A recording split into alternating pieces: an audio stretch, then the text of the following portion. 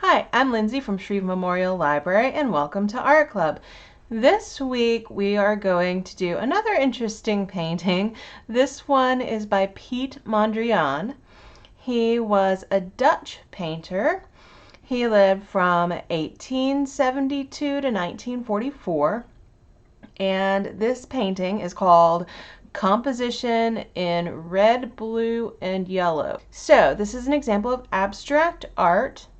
Mondrian thought that art should kind of exist above reality, and so he kept separating art more and more from reality. Like he started more with like more traditional realistic stuff and then just kind of progressed to the more and more abstract over his career.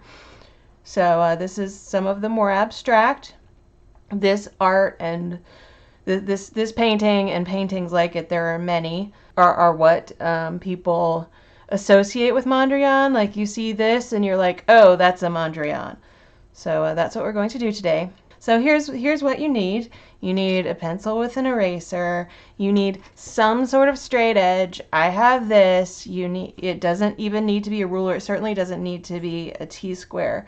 You can use stiff paper like watercolor paper, or whatever you want to use, just something straight, or else you're probably going to be unhappy. You can totally try and freehand it if you're brave, but that's not something I'm brave enough to do.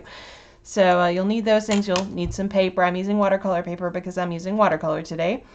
And you'll need something to color it with. This is a great time to use crayons or colored pencils or markers. I mean, for these black lines, a Sharpie would be fine. It definitely does not need to be watercolor. So yeah, that's all you need. We're only going to be using 4 colors anyway: black, red, yellow, and blue. And yeah, let's get going. So here's how I'm gonna do this. I'm gonna start with the lines that go all across the page, and all of this is completely eyeballed. The T-square will help me get straighter lines, but I mean, it's still, this is being eyeballed, which is fine.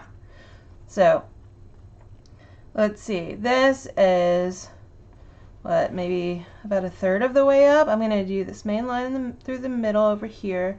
I'm just going to draw a line across like this, and then I'm going to go down, yeah, down a little bit, and then draw another line like that.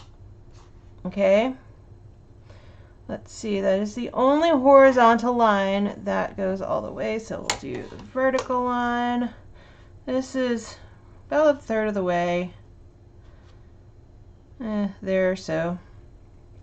And this goes all the way down to the bottom. Now, as usual, the perspective on this is a little bit off. Like, his is way more square than 8x10, but I'm doing it on 8x10. So, your mileage may vary, so it might look like stretched out a little bit vertically. Anyway, so, and I'm okay with that. I hope you are too.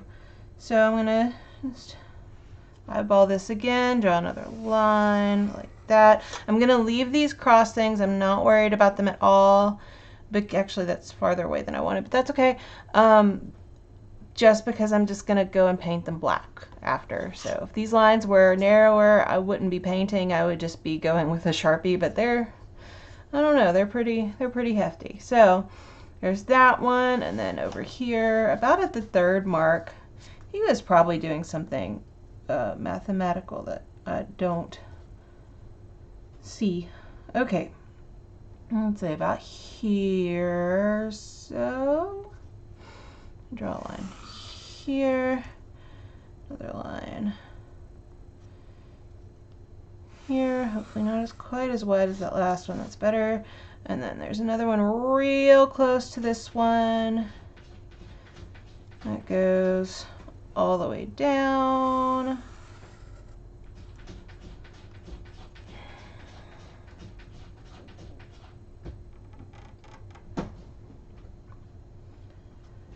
And then let's finish that one.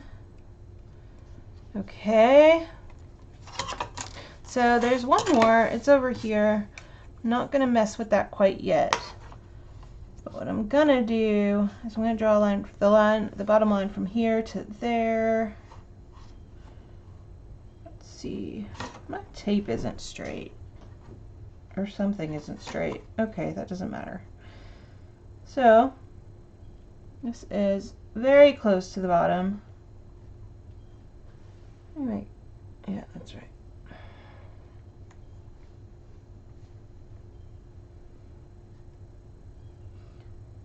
So I'm going to draw that and go up a little bit and then draw a parallel line to that.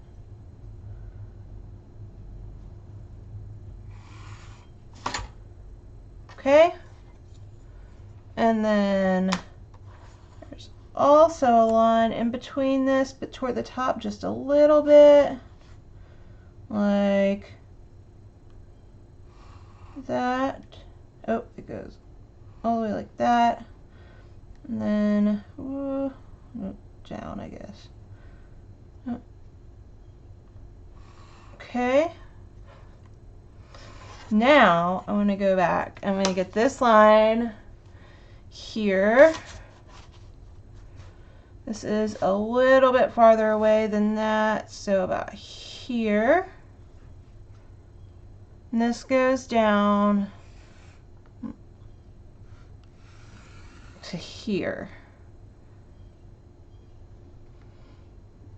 This one is farther away than that, so like here, and goes all the way to the bottom, like that. And then there's one over at the edge here. That goes like, oh, that's too narrow. Yeah. Okay, that's too narrow. Those are too wide, but you know, we're not gonna deal with that. But the one that's like, wait, why am I doing this? That's gonna be black. Nothing. If you do something like that, just draw a line anyway. Let's see. There we go. There we go. Okay. So let's go back and do some of these horizontal lines. This one is here or so, and this goes to here, like that. And finish that. Okay. And then this one, kind of in the middle of, actually, let's go ahead and do this one. Let's see. This looks, it really does. It looks easier than it is. It's not hard, but still takes some doing. Okay, let me make sure I'm not pulling it off the page like I did a week or two ago. That was a time. Anyway, so there's that. And now between here, slightly toward the bottom, and this is where we're going to start noticing it's a little stretched out, is a line that goes from here to here. Okay. Below that. Okay. We're getting close here. Very, very close. And then there's one here that goes from here to here. And my cats are wrestling under my left seat. Okay. Did I just say wrestling? Okay. And that one. Now we look at it really closely. I think that's it. Oh, that was ultra fast. Okay. So, we have finished the drawing portion. We just have to paint the thing. And really, like, this is a great time to pull out a Sharpie. We're going for bright, bold colors in this thing. So what we're going to do is use way more paint than water. And this is, you will recognize from last week, one nice thing about watercolor, possibly my favorite thing about it, is that you can re-wet it and reuse it. So I haven't wasted any paint since I'm using the same color, because this is just my black color. And so I'm going to get a bunch of black paint and have way more black in it than water, because I want to get it as dark as I can on the first coat. Good enough. And I'm going to paint all of the lines black.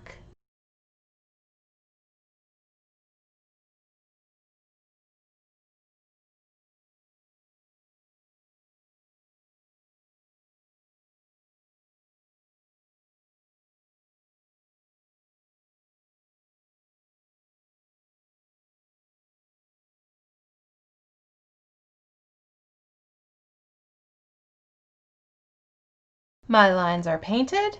Now what I'm going to do is dry the thing thoroughly, because I don't want the colors running with the black, nor do I want to get my hand in wet paint and smear it all over the page, as I am wont to do. So yeah, let's dry. My painting is dry, and now it's time to add some color. So since I don't have to worry about anything running together, since the tiny bit of color on here is so spaced out, what I'm going to do is prioritize not getting paint on my hands. So instead of doing all of the colors at once, I'm going to do them in order, like I did the black from left to right and top down. That means let's do these red bits. I guess I maybe should have drawn that in, but I'm just going to eyeball it. I think it'll be fine. I'm going to get a bright red. And just like with the black, get a lot of paint and not a lot of water.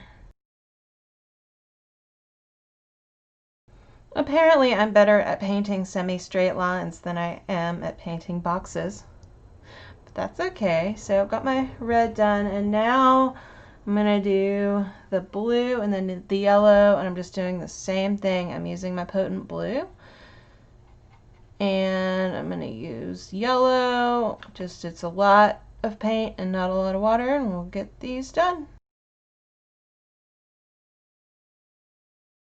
Okay, and last we have this little thing of red in the middle over here and this blue. So this is our composition in red, yellow, and blue by Mondrian. I like it. I think it looks neat. But I really like Mondrian for some reason. So I don't know. I would like to know what you think about it. Do you like art like this? Do you like abstract art like this? Or do you like Miro? He was doing stuff that was abstract also, very differently abstract. So we have one more thing to do, and that is to sign our names. I'm going to get a little brush, and I'm going to sign my name just down here. I'm just going to use black and just do it tiny. And all that's left is to pull off the tape around it. We'll get a nice, hopefully clean line. If you're doing the same, if you're doing what I'm doing right now, please do it slowly and carefully so you don't pull off some of the paper, because then you would be unhappy. Okay, look at that.